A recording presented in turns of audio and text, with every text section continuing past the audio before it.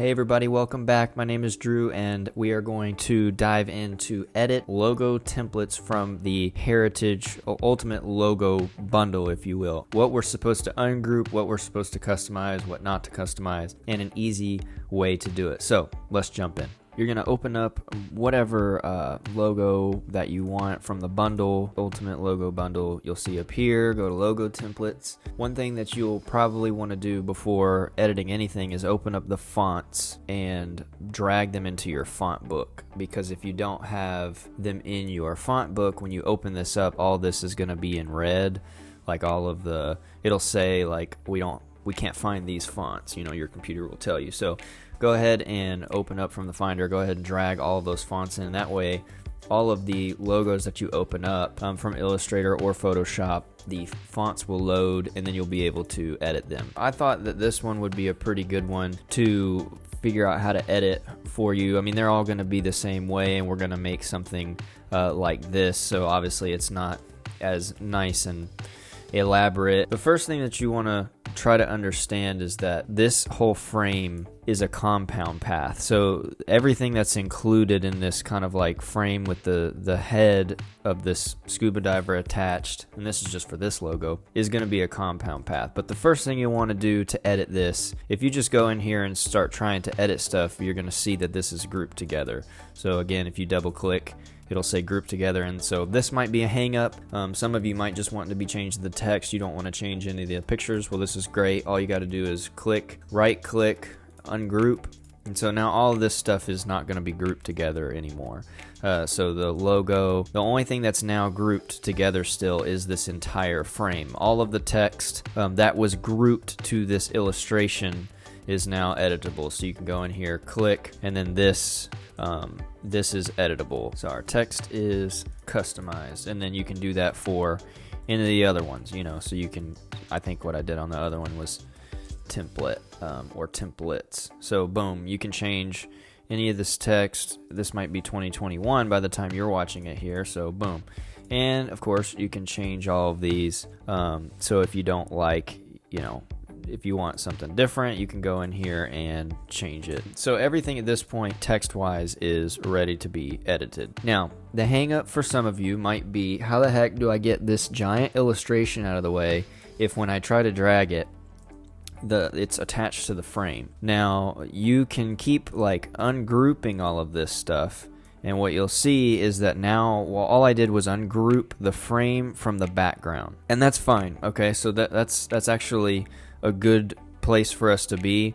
What I would recommend doing, because you're going to start clicking all over the place and not targeting the right thing, is I would click this and hold shift and move it to the right, just out of the way, like off the board, so that you can work on the frame here. And this all at this point can be changed to whatever color you want. By the way, you want to switch this back to RGB so that you can work on it, load all your palettes and whatever like that. But let's just say we pick a different color relatively close to the one that I picked, and I didn't change the frame color for this just because I didn't really care to do it. We'll use the eyedropper tool, which is I.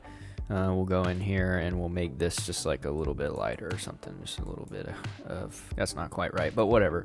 So at this point, all of this can be edited to your heart's content, the color. Maybe you don't even want this frame, maybe you just want this box outlay, so that's good to go. This entire piece, if I click into this, it is a compound path. Now watch what happens if you didn't watch my video on how to lengthen frames and stuff.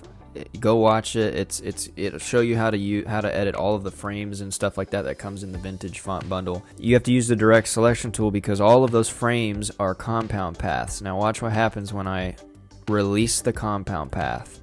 All of this is just one giant massive illustration. Look at this, all these pieces.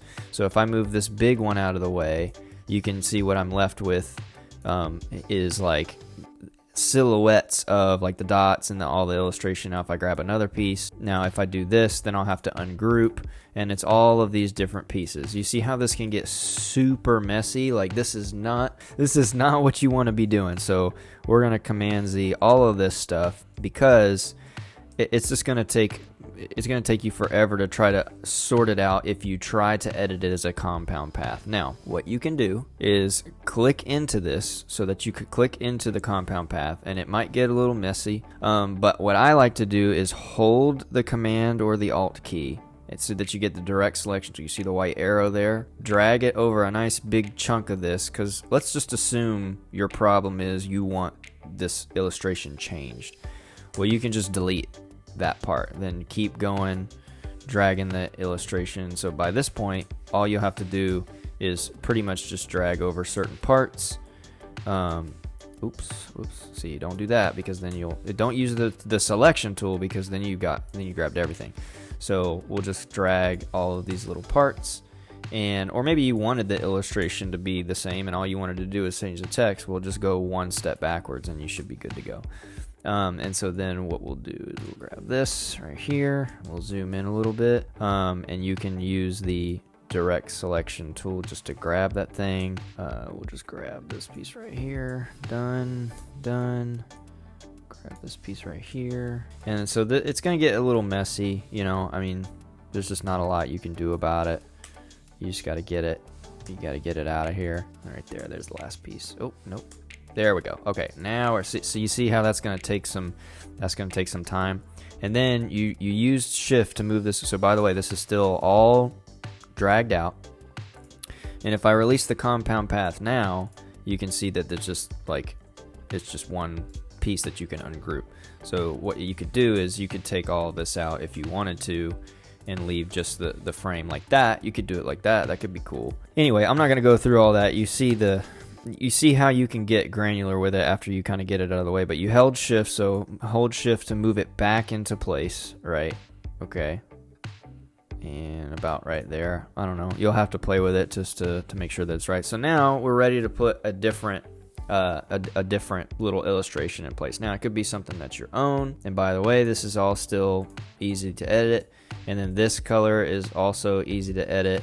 We changed it so you can make it whatever to your heart's content, and you should be good to go, right? So I decided to grab this light bulb from another logo, and I just dropped it in here and moved it into the place, which also, by the way, if I just duplicate this thing and I click into it, is also a compound path. So if I undo this, you're going to see all the work that went into that. So I think the hang up for people, and this is going to work similarly in Photoshop, not quite the same. I would recommend editing these logo templates in Illustrator, because that's kind of what they were for. I don't really build logos in Photoshop. So I mean the hang up is not understanding what you're trying to edit. I don't think it's that you can't or that you don't know how, but it's just that, like, if you want to just edit the text, you can open up any of those. Let's do Victorian ones, because that's cool. Let's do this one. So and so now if I move any of this, it's all together, right? So let's do the same thing. Right click, ungroup. Now the text should be able to be edited. Actually, nope. So we're gonna ungroup that. Okay, so what was happening there was, so you can see over here, irregular. So what was happening there is that these were two separate pieces, which is straight. So now that you could go in here, I don't know, whatever you want. You could change these. So all of this stuff you can change now. Inside the logo, you can change the text by whatever, and then you can change the color.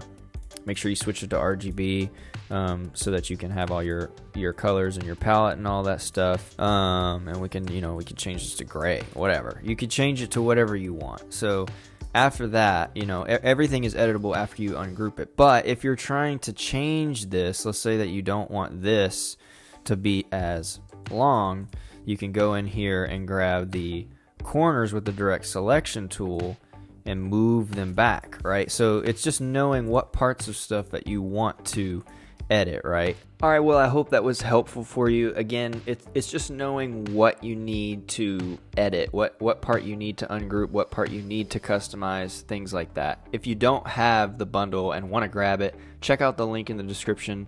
I would love for you to head over to Heritage Type and check out all of the different logos, fonts, everything that they have can really help you increase your design level so fast. Like, it's just so quick. They've done all of the heavy lifting, all of the work to get the fonts and the logos and the the sketches and everything. They even have tons of illustrations for free over there. So check the link out below. If you're a new viewer, I would love if you hit the subscribe button. If you enjoy vintage type design like this, I'm going to be doing tons of tutorials on the channel that kind of has to do with this old heritage vintage type style. So my channel is pretty small, but a lot of the viewership is non-subscribers. So if you subscribe, it would help me out a ton. It doesn't sign you up for anything. It's not money. It just kind of helps you be notified when a new video comes out. Share this with any other friends that are kind of into that vintage design. Maybe they don't know about heritage type, and this would make their life a lot easier. Any other thing that you want to see, I've got a list of running tutorials to go through, but go ahead and comment below so I know what to put on the list for things to do.